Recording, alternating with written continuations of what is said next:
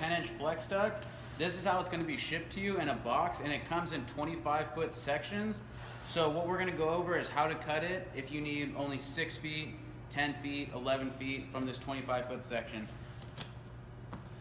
You have just tape keeping the box closed, but you have 25 foot of duct stuffed into a 3-foot box. So when you open it, it will have a tendency to want to jump out. So don't open it upside down because you will lose it all. So how I always start when I open it, this is going to be a connecting end.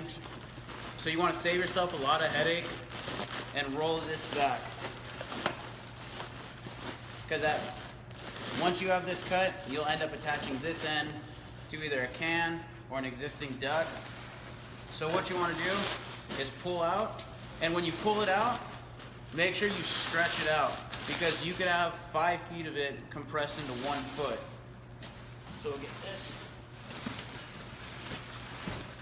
So what you want to do is stretch it out on the floor like this, and then you're going to want to measure.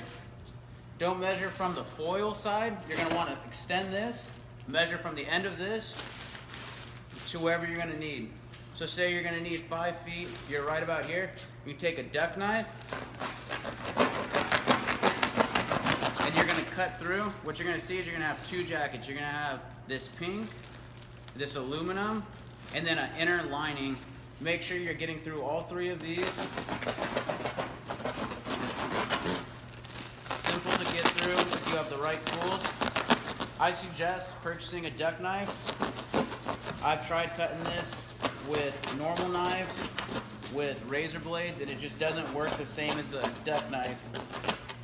So once you have the jackets disconnected, you're going to have this one last bit of, it's a thinner wire. You could use snips, you could use linemen's, you can use needle nose, whatever has this inner blade to snip this wire, because that's going to be the final connection through it. And before you hop up into the attic or try to connect it again, start tucking this back. What you want to do to keep the insulation from getting everywhere, roll the inner jacket up over it.